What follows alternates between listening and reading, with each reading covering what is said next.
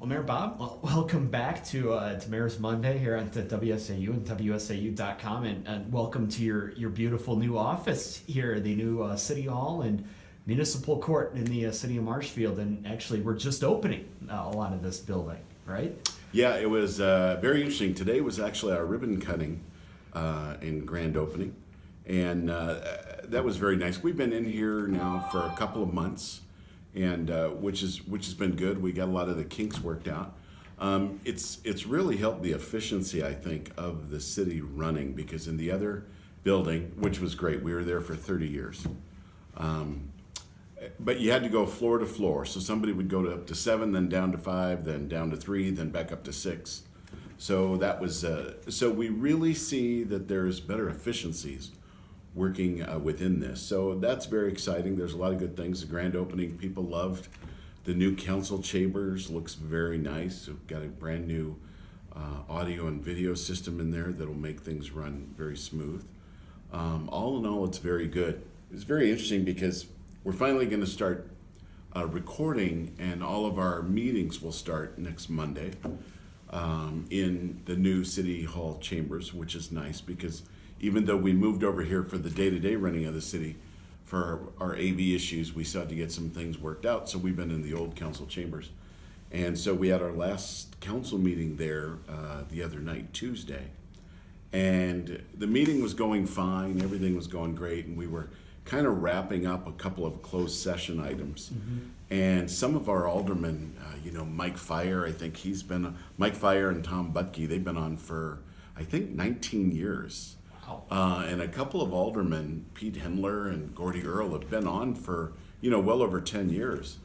And so a lot of history was in that room. And you could see as we were wrapping up, and then I gavelled the adjournment. And normally, when you adjourn, everyone's ready to go. Yeah. They're bagging things up and they're ready to go. It was very interesting because everybody just sat there for a minute. You really felt the history of Marshfield in that room.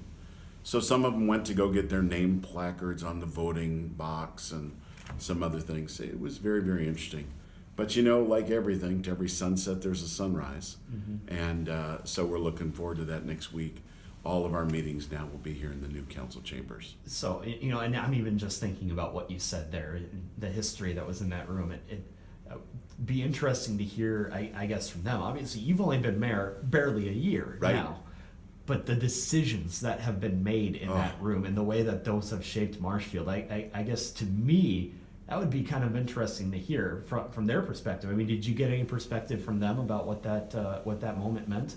Well, it was interesting because there was a little bit that night, and today at the grand opening, I was talking with Alderman Butke and Mike Fire and Gordy Earl, and they talked a lot about some of the big fights that they've had in there. Because, what's interesting is I'd say probably 95% of the things that we discuss, you get a unanimous approval or a unanimous no.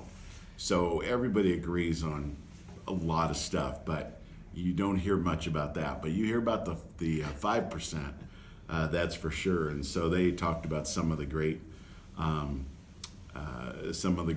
fights that they've had in there. And the previous mayor, Chris Meyer, did a great job in there. Great job of conducting meetings, and he was just a wealth of information and really knew the craft, if you will, of being mayor, and he was an exemplary leader. And one of the aldermen there, you may remember Ed Wagner.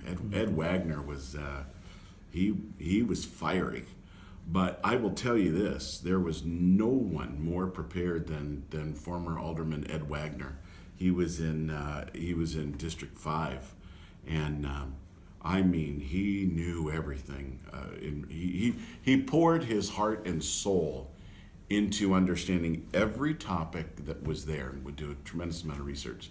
So that kind of history it was, you could just feel the gravity of it. Mm-hmm. And so it was very interesting. And so we're really hoping that, that continues on in a positive thing. I still think that Marshfield's best days are ahead of us. A lot of work has to be done, but I think everybody's up to the task. Yeah, absolutely. And of course, that starts with now what do you do with the offices that you just vacated? Kitty Corner across the street from here at the City Hall Plaza, the big 7-story building. I mean, do you have any idea of what's going to become of that space or some of that office space? Well, that building is the one problem throughout the whole thing that we really need to get fixed. There was a bank that was in this building, and so we bought this building to downsize, if you will. And the bank that bought this building built one in the north end of town. There's a TIF district there, so from a lot of financial areas, it was a great move. When they did this 3 years ago, there was, I think, with incentives and everything, the sale of that building would have been over $3 million, and all that all fell apart because it wasn't a historic building. They thought when they sold it, it would be rendered a historic, in which case then there's tax credits that buyer was really going to do. It wasn't deemed historic, so now you run into a problem. Well, then the lowball offers started to come in. And, a lot of people thought, well, they already made the purchase to move, they must be desperate. Well, here's the other side of being desperate. That building right now brings in about $350,000 worth of revenue. $140,000 a year comes from the roof with the antennas. Those are long-term leases, 15, 20, 25 years, where the antenna just sits there and brings us revenue. And then there's other revenues from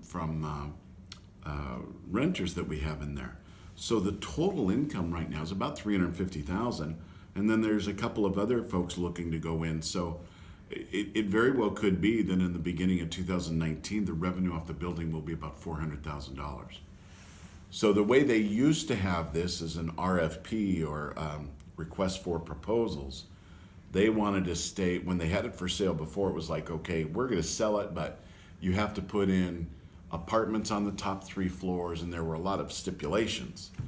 Now we've got it out on the available market. I think it's listed at about, or available at about 1.3, something like that. And there are people coming with lower offers. We're not in any hurry to sell because we have $350,000 worth of income. That's a big thing. So whoever buys that is going to walk into $350,000 worth of income, which is a good thing. So right now, there's one scenario being looked at right now. We don't have anything firm or anything like that. If it works out, great. And if it doesn't, we'll stay on the market till we get that right buyer that sees the positive side of having $350,000 worth of income. Yeah, absolutely. Who doesn't like having Right. $350,000 worth of income right Well, there? you figure if you buy it at, let's say you buy it at 1.3 million, that income pays you back in about 3.5 years. You don't see that very often. So, and what will happen in the reality is people that come in and see, oh my gosh, the city has this building, let's lowball them. That'll go away. We're going to wait for the right buyer. Yeah, it's a case where you're selling it almost because you want to and not because you have to. So Correct. it really gives you some leverage. Absolutely. So that's something we'll look forward to seeing early in 2019. See what happens with that situation there. Also, of course, you get onto the fun stuff here. Obviously, you get to do a lot of fun stuff as mayor. It's not all dollars and cents and No. budgets and deciding this or that. You do get to do some fun stuff as well. We're in the holiday season. Marshfield Holiday Parade was last week. In fact, I got to drive the WSAU vehicle through it with our reporter Terry Peasel down here in Marshfield. What else do we have to look forward to this holiday season down here Well, in that Marshfield? that parade was a lot of fun because, as you know, we got to go down. Myself and a couple of the aldermen, we went down in a train, and of course you have to take candy because what is it for kids? What is a parade without candy? Right. And for me as mayor, that was a lot of fun to go out and just go. You walk down the middle, but who wants to walk down the middle and wave? You just feel kind of weird doing that. Yeah. So I walked, and was giving candy to the kids. I just loved it. I mean, it was a lot of fun. And you see a lot of the people that voted for you. So that was a lot of fun. People during the holiday season, everyone's in a good mood. But, some of the fun stuff, I've been going to the senior center a lot and to our local senior housing. I did presentations last week to them. That was a lot of fun. being the new mayor, I'm out in the city a lot, so I really enjoy when people come up and just, hey, did you know this is going on over on Central, or did you know about this, or whatever, to where you can get into these good conversations with people. And then I'm very excited because there's one individual from the high school, he's a senior, and he wants to shadow the mayor to see what it's like. And which I thought, that's great. And I said, hey, you could come, we'll shadow, I'll take you around the chambers, I'll show you how to run a meeting. And if you come the day after the council meeting, I always do a press conference. Steve Barg and I do a press conference the day directly following that. I says, why don't you sit in on the press conference? Well, he's just all excited about sitting in on that. Somewhere down the road, he wants to get into politics. And so that's awesome. And that's led to some other good conversations. So I will have to tell you, you're right.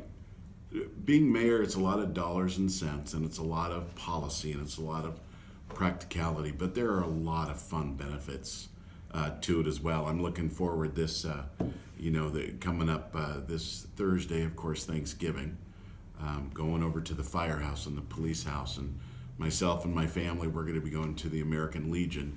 So there's a lot of people within the city that don't have a place to go to on Thanksgiving, and they're coming there for the meal. So we're looking forward to that, and it's a great time to be in Marshfield. You really, and this is one thing I got from your predecessor, Mr. Meyer, you really have to be an ambassador for the city and be out there and be visible to the public, as well as working on the policy things behind the scene. Absolutely. I mean, you have to, and I enjoy that type of thing anyway, but you really do, because you'd be surprised how many people only have half a story, or they heard something and they want more information on it. And it's very interesting when you can get into those great conversations with people. I've even found, there are people that have come up to me that are just mad. I want to talk to you about this. Great. Let's talk about it. And they'll let me have it for about 2 to 3 minutes. And then they apologize. I'm so sorry. I didn't mean to take it out on you. They're not mad at me, Bob McManus. They have a legitimate concern, and they just want to voice it. And do you know this? I venture to say 99.9% of the time, after they voice their concern and they hear the response, they're fine. And I think there needs to be more of that communication with all elected officials, mayors, congressmen, representatives, aldermen of cities. We need to be out and we need to be visible. If we're elected, that's what we signed up for. Yeah, absolutely, and it's part of the territory, comes with the job, and it's great to see. Of course, even doing little chats like this once every 2 or 3 months with the local media, just being there and being present in the city. One more before we let you go. We just had the Wenzel Family Plaza, the tree lighting ceremony. I mean, you were there for that. That wasn't entirely your project. Some of that groundwork was laid by your predecessor, but you were still there to kind of kick off the holiday season as well. Just tell me your thoughts about that and that project and what it brings to the city. Well, it was incredible because it was 6:30 last Wednesday evening, and it was a lot of fun. The Marshfield Area Chamber of Commerce and Industry had their monthly Business After 5 at the Chestnut Center. So, and yeah, it's a great time for a lot of business people to come together and do network and whatnot. And so there were a lot of people there, and they went across after, that starts of course at 5. And so there were still a lot of people there, and they had the one main tree, and it was awesome. And people, the great thing is the Wenzel Family Plaza, prior to it going on, there was some negativity going on, like, do we really need it? Is it going to be used? And of course, during summer, it was used way more than we thought, as evidenced by our water bill. I mean, kids and parents were in that water feature all day long, which is great. That's what we want. But the other night with the tree lighting, it was incredible. Everyone had a good time. Some of the folks started singing Christmas carols. It was a great. You still get that small town feel here in Marshfield, where we're all neighbors. And then so they've got the main one, but the Wenzel Family Plaza put that on, and then I believe there's 6 to 8 trees on the outskirts that for people that want to come and sponsor a tree, then they can come and they can decorate it and put lights. There'll be electricity there. That plaza's turned out to be such a great thing for the city. Yeah, absolutely. Great community gathering place. And you got to have those. You got to have those places to kind of keep that that small town feel. Now, this may be the most important question to some people that I will ask you during this this interview until the next time we talk in 2019. You mentioned Christmas carols already. There are very many strong feelings about this. Christmas carols before Thanksgiving. Right. In the Bob McManus world, is that a yes or a no? That's an absolute. That's absolutely yes. And well, let me tell you something. I love my wife dearly. She is the love of my life. She loves this Hallmark channel where, I don't know if you've seen it, 24 hours a day they're running different shows that all have the same thing. Of course. And I think they're the same actors and the plot is the same on every one of them. Well, she loves watching how the trees are and the outfits that the people have. But yeah, you got to have Christmas carols. I mean, they even had these Christmas carols back in September and early October.